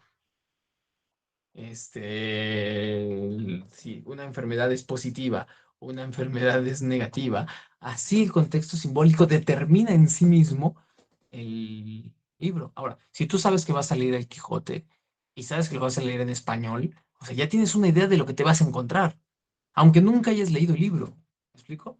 A ver, yo sé que el Quijote es como lo que decía, yo sé que el dado tiene 6 caras, no me puede salir 7. Yo sé que el Quijote está en español. ¿Por qué? Pues porque lo compré en español. Bueno, entonces por ahí si viene una palabra en japonés, me voy a sacar de onda, ¿no? Entonces esa cuestión azarosa ya viene definida de antes, ya no es tan azaroso. Yo voy a abrir y no sé de qué se va a tratar. Yo voy a leer el I Ching, ¿no? O sea, yo, por ejemplo, Yo voy a sacar un oráculo de animales y por ahí me sale una mesa. Algo no funcionó, o sea, algo no está bien, porque yo iba a hacer un oráculo con animales y me salió otra cosa. Entonces, hasta las cuestiones que son al azar necesitan estar en un marco simbólico. Ahora, ¿por qué es tan valioso esto que te estoy diciendo? Porque, una vez más, importa el lugar que ocupa la falta. Porque una vez más es valioso. ¿Te acuerdas cuando Lacan decía que la falta no está en lo real? Yo veo libros, ¿no? Otra vez el mismo ejemplo. Yo veo el libro 1, el libro 2 en la biblioteca, falta el libro 3 y luego viene el libro 4. ¿Qué digo? Falta un libro. ¿Pero por qué? Por la cuestión simbólica. Azarosamente pudo no estar, pudieron no haberlo fabricado. No sé, Star Wars es un buen ejemplo, ¿no? ¿Cuántos no tuvimos rollo con las películas de Star Wars? Yo tuve un montón de problemas con la película de Star Wars en un principio. Yo no entendía por qué carajos tenían que haber empezado desde la película número 3, luego la 4, luego la 5 y luego hacer la 1 y la 2.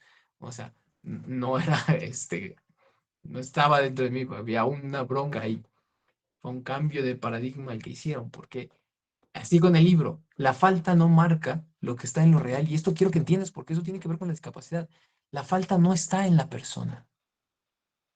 La falta no está en esa persona discapacitada o no está en esa persona con una enfermedad. La falta tiene que ver contigo, tiene que ver con la posición en la que tú estás. Quizá mi hermana jamás estuvo en falta, pero estaba en falta ante mí, porque ante mí pues no podía hablar, ante una sociedad donde no puede caminar, en una sociedad donde no puede moverse, está en falta. Pero la falta no está en lo real. La falta está a nivel simbólico. Por eso, porque la falta está a nivel simbólico. Por eso es que la falta es un conducto para comunicarme con lo divino. Porque gracias a la falta puedo hacer un cambio de ¿qué? De contexto simbólico. Y si hago un cambio de contexto simbólico, hago un cambio de paradigma. ¿Entiendes? Si yo puedo cambiar lo simbólico, hago un cambio de paradigma. Ah, no, no, no, muchacho. La falta no está en que no tengo dinero, la falta es que no tengo los pantalones para ir a conseguirlo. La falta no está en que no tengo salud, la falta está en que no tengo em, una motivación o un sueño que alcanzar en la vida. La falta no está en que mi hermana tenía una discapacidad. La falta está en que yo me dejé guiar por lo que la ciencia decía ante eso, porque el contexto simbólico me marcaba que eso era hasta el límite que iba a llegar, me marcaba que eso era un problema, me marcaba que eso era una limitante y también me marcaba las soluciones que no había. ¿Pero por qué? Por lo simbólico, la falta como comunicante con lo divino ante un evento azaroso, ¿sí? Ante una situación azarosa, es tan importante conocer el contexto simbólico, porque eso determina tanto la falta como la solución de la falta. ¿Cuál es la solución a mi hermana en la ciencia? Ninguna, no hay solución. La solución que nos dieron es darle un poquito más de terapia y para lo menos para que no se le atrofien los músculos. Eso fue lo que nos dijeron.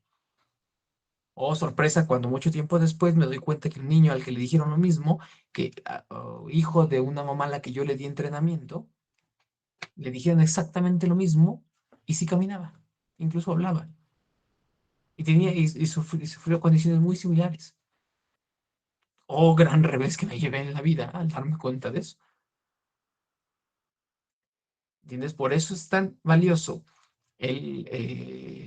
la frase. Si te lo puedes llevar, tatúatelo, grábatelo, guárdatelo toda tu vida. Si los aztecas y los mayas utilizaban a las personas en falta, las querían tener cerca de su vida, si lo querían tener cerca, era porque se entendían que ese era la puerta para irse al paradigma divino. Esa era la puerta para entrar a la iniciación. Esa era la puerta para entrar a la magia. Cuando la falta está cerca de ti, cuando puedes mirar la falta, observar la falta, porque gracias y a través de lo que falta, yo puedo hacer mi cambio. O más bien, digámoslo de una forma romántica, como dice ahí, prefiero cerrarlo así. La falta es mi canal de comunicación con lo divino.